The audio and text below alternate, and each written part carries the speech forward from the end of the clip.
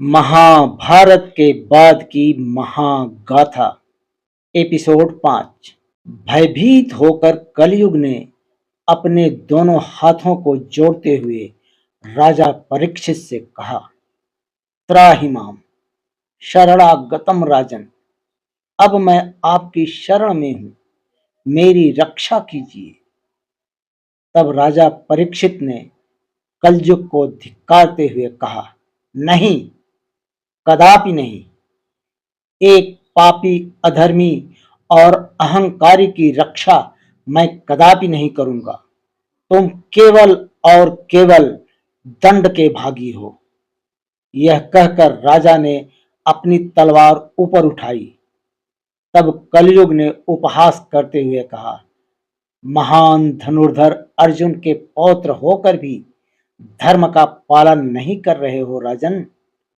आज केवल मैं आपका उपहास कर रहा हूं, कल सारा संसार आपका उपहास करेगा। राजा परीक्षित ने हंसकर कहा, मूर्ख कलयुग, गौ की रक्षा करना मेरा धर्म है और मैं अपने धर्म का पालन कर रहा हूं, इसमें उपहासजनक क्या है। तब कलयुग ने राजा परीक्षित को उनकी कही हुई बात याद दिलाते हुए कहा, भूल गए राजन, एक क्षण में भूल गए। आपने स्वयं कहा था, शरणागत की रक्षा करना आपका धर्म है और इस समय मैं आपकी शरण में हूं।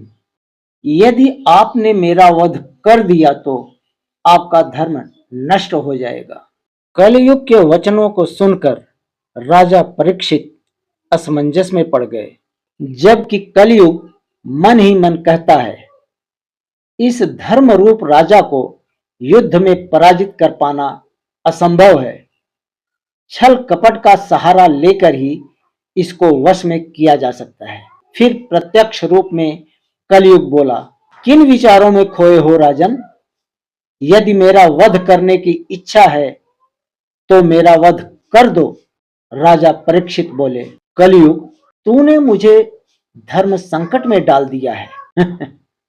धर्म संकट कैसा राजन? क्या मैंने असत्य कहा? अपनी कपट भरी वाणी से राजा परीक्षित को मोहित करने का प्रयास करते हुए कलयुग ने कहा, यदि मैंने असत्य का उच्चारण किया है तो अब भी मेरा वध कर सकते हो। राजा ने अपनी तलवार हटाकर म्यान में रख ली और कलयुग को जीवन दान देते हुए बोले, जा कलयुग जा, चला जा यहां से, मैंने तुझे जीवन दान दिया।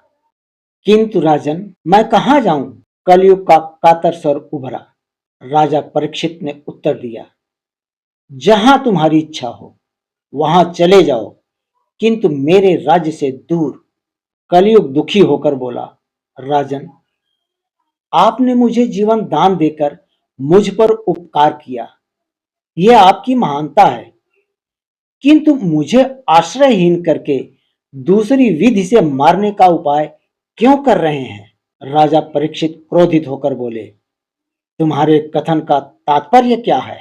कलयुग अपना प्रपंच फैलाता हुआ बोला, राजन, आपने मुझे प्राण दान देकर मुझ पर उपकार किया, अब मैं आपकी शरण में हूं, अतः मुझे रहने के लिए स्थान देना भी तो आपका ही कर्तव्य है। राजा परीक्षित बोले, हां, कर्तव्य तो है, किंतु तुम पापी स्वभाव के हो। तुम्हें अपने राज्य में स्थान देने का अर्थ है कि तुम मेरे राज्य के मनुष्यों को भ्रष्ट मार्ग पर ले जाओगे, धर्म भ्रष्ट करोगे। इसलिए मैं तुम्हें अपने राज्य में रहने का स्थान नहीं दे सकता। अर्थात आप मुझे आश्रय नहीं देंगे? कलयुग ने प्रश्न किया। कदापि नहीं, राजा परीक्षित ने उत्तर दिया। ओह! कलयुग ने लंबी सांस ली और राजा परीक्षित को धर्म बोध कराते हुए बोला, राजन, शरण में आए हुए आश्रयहीन को आश्रय न देकर आप अधर्म कर रहे हैं। ऐसे में आप अपयश के भागी बनेंगे।